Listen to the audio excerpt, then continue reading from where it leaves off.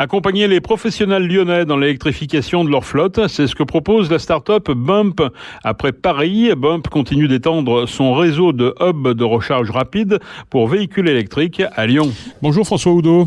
Bonjour. Président de Bump et fondateur de Bump, spécialiste sur le secteur de la recharge rapide. Pour expliquer un petit peu à nos auditeurs, vous installez des hubs de recharge. Alors d'où est venue d'abord cette idée de créer cette société ?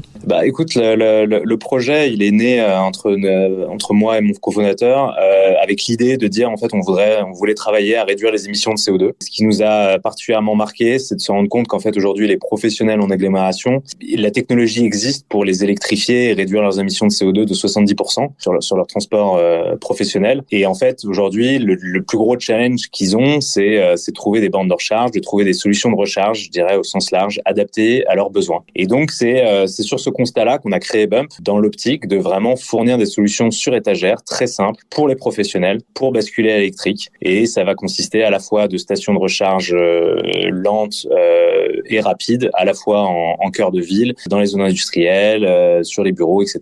Et c'est ça l'ambition de Bump. Alors, qui sont vos clients ? Parce que vous faites du B2B, c'est-à-dire que vous adressez en fait à des gens qui ont soit une flotte, soit qui sont utilisateurs en fait de voitures électriques. Tout à fait. Alors, nos clients, en fait, donc sur les professionnels, ça va être tout ce qui va être taxi, VTC. Par exemple, on a un partenariat avec la plateforme Bolt. On va aussi retrouver le car sharing, enfin tout ce qui est autopartage. Donc, on a un partenariat avec Autoki qui gère les opérations pour Renault Zity. On va aussi retrouver des loueurs ou encore la livraison du dernier kilomètre. Donc, sur la livraison du dernier kilomètre, on travaille avec Top Chrono, Star Service et bien d'autres. Donc, c'est ça nos clients. Après, cela dit, on a aussi des clients qui sont des particuliers parce que sur certains de nos stations de recharge, elles sont disponibles à tous, pas uniquement aux professionnels. On va les déployer dans l'optique d'aider les professionnels à électrifier leur flotte, mais bien évidemment, si vous, en tant que particulier, vous passez par là et que la borne est libre, vous êtes le bienvenu pour vous recharger. Ça représente aujourd'hui à peu près 20% de notre chiffre d'affaires. Comment ça va se présenter, ces stations Bump ? On voit à peu près ce que c'est qu'une station-service aujourd'hui, même s'il n'y en a plus beaucoup en ville, c'est vrai. Mais une station électrique, comment ça se matérialise ? Alors, c'est relativement similaire. On a effectivement, c'est des places de parking avec des bornes de recharge. Donc aujourd'hui, on déploie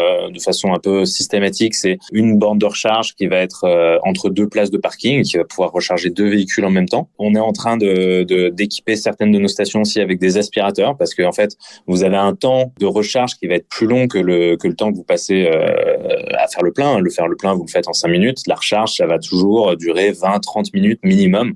Donc du coup, il y a des sujets de comment occuper finalement la personne ou en tout cas quels sont les services qu'on peut proposer autour. Donc, le service d'aspirateur, c'est quelque chose qu'on est en train de mettre en place. Sur des stations de recharge qu'on est en train de construire de toutes pièces, là, notamment sur Paris. Là, on est en train d'envisager un espace détente avec un distributeur de boissons, des toilettes, etc. Alors, qui finance tout ça finalement ? Et combien ça coûte ? Écoutez, c'est Bump qui finance tout ça. C'est nous-mêmes. On finance toute l'infrastructure. On se rémunère sur le kilowattheure qu'on vend finalement à nos clients. Et puis derrière, on a des contrats longue durée qui vont aller entre 5 et 15 ans d'exploitation du foncier pour faire très, très simple. Voilà comment ça se passe, quoi. Notre modèle financier, c'est le suivant. Plus on recharge rapidement et plus ça va coûter cher, je suppose. Exactement. Ça, c'est quelque chose qui est un peu qui est surprenant finalement quand on regarde le pétrole, mais vous avez un peu la même chose avec le pétrole. C'est-à-dire qu'aujourd'hui, si vous faites le plein vraiment en cœur de ville, vous allez payer plus cher que potentiellement en reste campagne. Mais essentiellement, en fait, ce qui se passe dans la recharge, c'est que plus vous rechargez vite, plus il faut des infrastructures qui sont compliquées et coûteuses, et du coup qu'il faut rentabiliser. Et donc rentabiliser ces infrastructures, ça implique que le prix au kilowattheure est plus élevé. C'est ça vraiment la différence fondamentale sur l'électrique.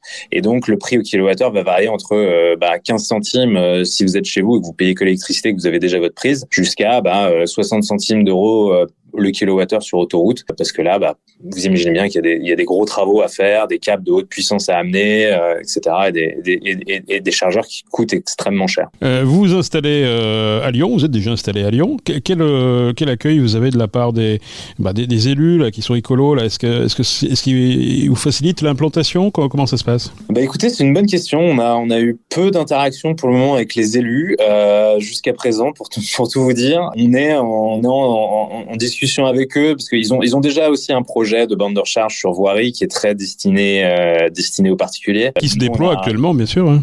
Voilà, qui se déploie actuellement, exactement. Donc ça, c'est un programme qu'ils ont. Et aujourd'hui, pour le moment, on a eu très peu d'interactions. Et c'est assez surprenant parce qu'il y a d'autres collectivités sur lesquelles on est en train de communautés sur lesquelles on est en train de déployer, qui sont pas forcément verts et qui nous font des accueils assez plus chaleureux, je dirais. Mais bon, c'est quelque chose sur lequel il faut qu'on travaille, il faut qu'on les rencontre. Et après, il y a d'autres acteurs qui sont, on va dire, semi-privés, semi-publics, pardon, avec lesquels on a aussi des bonnes interactions autour de comment électrifier la livraison du dernier kilomètre. Donc voilà, je suis sûr qu'on va arriver à se rencontrer. À Lyon, vous êtes installé où actuellement et quels sont vos projets? Alors aujourd'hui, on a une station de recharge rapide sur le quartier Berge du Rhône, sur lequel on peut recharger 8 véhicules en même temps. Et puis on est déjà en train d'en construire une deuxième sur laquelle on va pouvoir recharger 8 véhicules en même temps à côté de la Part-Dieu. Et puis on va en construire deux autres, une un peu plus au nord de la Part-Dieu et puis une autre autour de Confluence. Donc ça, c'est nos projets court terme. Et puis après, sur des projets plus long terme, on est déjà en train d'envisager des déploiements sur des parcs d'activités, des parcs de bureaux, plus au plus proche de nos clients professionnels. Alors ça veut dire que la station actuellement Berge du Rhône, qui est au Campanile, en fait, c'est ça, hein? Exactement. Elle est abordable, par exemple, si on veut pas, si on n'a pas de borne EasyVia, allez, c'est votre concurrent là qui est installé à Lyon, on va le dire. Si on n'a pas de borne de ce type-là, on peut aller chez vous du côté de Confluence? Tout à fait. Les bornes sont accessibles, ouvertes au public. N'importe qui peut y accéder. Et après, vous pouvez même utiliser votre badge de mobilité classique ou payer par carte bancaire sur la borne. L'engagement pour les entreprises qui font appel à vos services, c'est un engagement de combien de temps? Alors en fait, ça dépend beaucoup des contrats. Il n'y a pas de réponse unique, mais en général, elles s'engagent sur entre 3 et 5 ans. En fait, on essaye de coller aux durées de leasing, au contrat de leasing d'un véhicule. Donc en fait, on essaye d'être très cohérent. En fait, on dit voilà, vous êtes un professionnel, vous venez d'acheter un véhicule en leasing sur 3 à 5 ans avec un certain nombre de kilomètres à parcourir par an. Et en fait, on va se caler là-dessus. On va dire on va faire un programme de recharge, déployer des bornes de recharge, avec un mécanisme qui va être similaire, durée d'engagement similaire et durée de nombre de kilomètres similaire sur leur engagement. On voit que la vente des voitures électriques explose actuellement. Est-ce qu'on risque de se retrouver un jour à ne pas être en adéquation avec l'offre de bornes? C'est toujours un peu une question qui se mord la queue, ce sujet-là. Il y a quand même aujourd'hui, on va dire que entre 70 et 90, autour de 70% des recharges sont effectuées au domicile ou au travail, 30% sur des espaces publics, on va dire, c'est à peu près ça les ratios. Quand on parle de ce sujet-là, on parle souvent en fait des problèmes de bornes de recharge en voirie. Or en fait, je pense que c'est pas le gros du sujet, que le gros du sujet est plutôt au domicile. Moi, je suis pas trop inquiet par cet enjeu-là. Néanmoins, je pense que toutes les initiatives sont bonnes pour accélérer le nombre de bornes de recharge, mais il faut garder en tête aujourd'hui que les taux d'utilisation des bornes ils sont très faibles. Donc c'est un peu le serpent qui se mord la queue, c'est-à-dire qu'aujourd'hui les bornes peuvent être difficilement rentables, mais c'est clair que il faut continuer à en déployer plus pour permettre cet essor du véhicule électrique. Et dernière question, l'électricité que vous fournissez, c'est une électricité verte? Ouais, tout à fait. Donc en fait, on a un fournisseur effectivement qui nous garantit de l'électricité verte et si possible local également. Donc on a cette démarche de bout en bout. On mesure aussi les émissions de CO2 produites par nos chantiers de bornes pour les compenser. Donc on a vraiment une approche écologique de bout en bout. On veut pas que cette transition écologique en fait elle soit un émetteur net de CO2 parce que ça peut rapidement être le cas si vous faites pas attention à vos installations. Et donc on a cette approche tout au long de notre chaîne de conception et de construction. Merci François Oudot. Je rappelle que vous êtes le fondateur et le président de Bump. Merci beaucoup. Merci à vous.